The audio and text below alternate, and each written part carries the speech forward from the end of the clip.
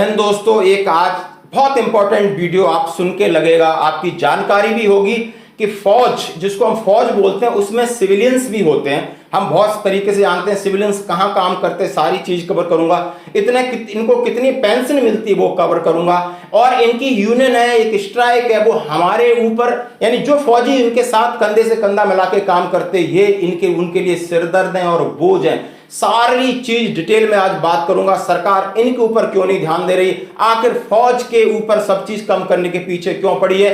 चाहे फौज की कैंटीन सुविधा हो, फौज की ईसीएचएस सुविधा हो, फौज की एमएस सुविधा हो, फौज की और कई ट्रैवलिंग सुविधा है, फौज के और छोटे मोटे अलाउंसेस हैं, वो सब कम करने के पीछे पड़े हैं। उनका बजट बैलेंस हो जाएगा। आइए हम बात करते हैं, थोड़ा बोर्ड के जरिए समझेंगे। आज मैं defence civil staff versus defence person, आज की हेडिंग है डिफेंस सिविल स्टाफ, यानी जो डिफेंस में सिविल स्टाफ जो ड्रेस नहीं पहनते हैं, सिविल ड्रेस में नौकरी करते हैं, और हमारे डिफेंस पर्सन, हम लोगों के बीच में क्या अंतर है। सबसे पहले बात करूंगा स्ट्रेंथ की। स्ट्रेंथ इनकी 22% है, हमारी 78% है। यानी जो कॉम्पिटेंट आर्मी है वो 78% है, और ये सपोर्टिंग देते हैं सिविल ड्रेस में, ये 22% है। लेकिन ये 22% कितनी पेंशन लेते हैं और फौजी कितनी पेंशन लेते हैं, आप सुनकर हैरान हो जाओगे। यानी पेंशन खर्चा इनका जो है 45% पेंशन खर्चा आता है, और हमारे पास आता है 55%। दोस्तों आप देख सकते हो कितना थोड़ा सा ही अंतर है, 10% का अंतर। क्यों?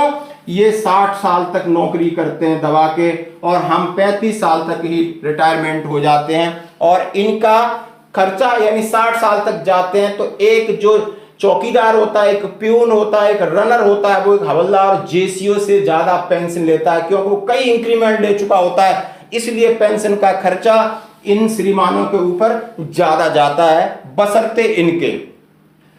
आज ये हम बात समझते हैं, ये ड्यूटी कितनी करते हैं। ये ड्यूटी 5 से 6 घंटा ड्यूटी करते हैं, आपने देखा होगा। इनकी एम्प्लॉयबिलिटी की बात करेंगे, जितने ट्रेनिंग एस्टेब्लिशमेंट हैं, या आपने देखा होगा किसी भी फौज के हों, ऑर्डिनेंस डिपो हो, फैक्ट्रीज हो, बेस वर्कशॉप हो, डीजीआर हो, यहाँ पर आर्मी हेडक्वार्टर है, यहाँ पर देखने को मिलता है। ये लोग बैठते हैं बिल्कुल अपने टाइम से, 8 बजे से 2 बजे तक का इनका समय रहता है। मैं इनके साथ बहुत सारा काम किया, 8 से 2 नहीं, 8 से 1 ही रहता है। ये 5 घंटे काम करते, उसके अंदर लंच ब्रेक है, टी ब्रेक है, और ब्रेक है।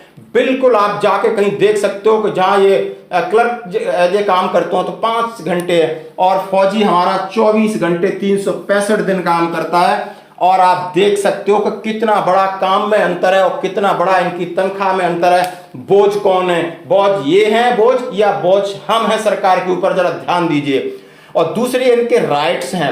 राइट्स है, इनके पास एक यूनियन है जो पॉलिटिकली मोटिवेटेड यूनियन होती है, पॉलिटिकल सपोर्ट होता है। और बिल्कुल हमारे पास कौन सी यूनियन है? No right no union. हमारा काम है सिर्फ काम करना। सुविधा इनको एमएच की, ईसीएचएस की, फैमिली क्वार्टर परमानेंट, कैंटीन की सुविधा परमानेंट, और होम पोस्टिंग इनकी परमानेंट रहती है। इतनी बड़ी सुविधा है। मेडिकल फैसिलिटीज लें, चाहे वो कैंटीन फैसिलिटीज लें, चाहे वो होम पोस्टिंग, एक क्वार्टर एक बार अप्लाई करते हैं, 60 साल तक नहीं छोड़ते। और इसके वर्ष से हमें क्या मिलता है? No union. हम आप मोहनी खोल सकते भाई, हमारा कोई परमानेंट क्वार्टर नहीं है। कभी मिल गया तो मिल गया, नहीं मिल गया तो जहन चल रहे हैं, बच्चे और कहीं, हम और कहीं, बीवी और कहीं, सब ऐसे ही चलता है, घर परिवार और कहीं। होम पोस्टिंग का जो थोड़ा बहुत चांस था एनसीसी, वो भी कम कर दिया। होम पोस्टिंग ना के बराबर।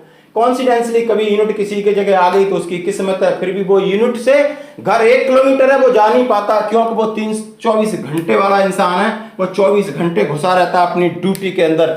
यानी ये था अंतर, और इस अंतर को आप समझिए। ऐसी वीडियो से मैं आपसे रिक्वेस्ट करता हूं, लाइक करें, शेयर करें, और लगे लोगों को कि नहीं, फौज का ध्यान इधर भी जाना चाहिए। फौज में कुछ ऐसे मेहमान हैं जो घर जवाई बन के बैठे हैं, और कितना ये काम करते हैं, इनका बिहेवियर कितना होता है। इनको अपने आप से मतलब, अपने न्यूज़पेपर से मतलब, अपनी फैसिलिटी से मतलब, अपने अन्य भत्तों के पर ध्यान देते हैं। कितनी ड्यूटी करते हैं आप समझ सकते हैं। मुझे कमेंट्स चाहिए प्लीज दोस्तों। धन्यवाद।